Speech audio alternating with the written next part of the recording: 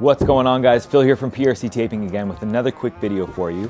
Today I'm going to be talking about angle heads. Now, I've talked about these in the past, but today I'm going to do something a little bit different. I'm going to talk about maintaining them and cleaning them. So I'm going to do that in this quick video for you.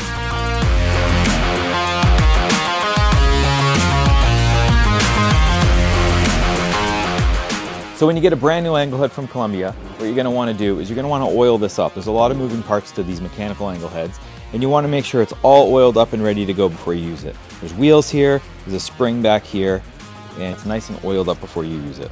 So now that your angle head is all oiled up and you're going to go to use it, you can either set your angle head in a bucket of water, or you can lean it up against the wall. I personally just lean it up against the wall somewhere safe where it's not going to fall over. That way it doesn't get too wet and the mud that's in the angle head can continue to fill your bevels as you go. That's typically what I like to do. I like to lean it up against the wall and go from room to room and keep using the angle head and not get it too wet over time.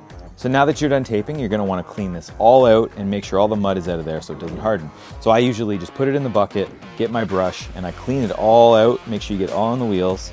And as soon as that's done, I let it dry and then I oil it again. And I always oil all my angle heads when I put them away in between use.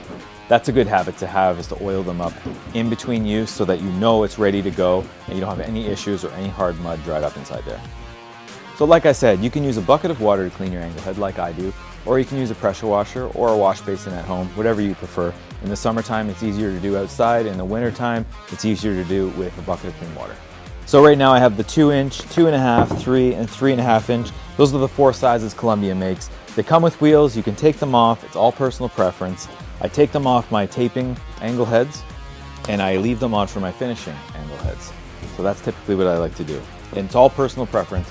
I would suggest playing around with your angle heads to see what works for you because it's not all the same for everybody. So over time, the angle heads will start to wear, the nose and the side blades, and you can purchase individual maintenance kits for these angle heads, which is in the link below here. Thanks for watching this quick video on maintaining, cleaning, and getting maintenance kits for your angle heads. See you on the next one.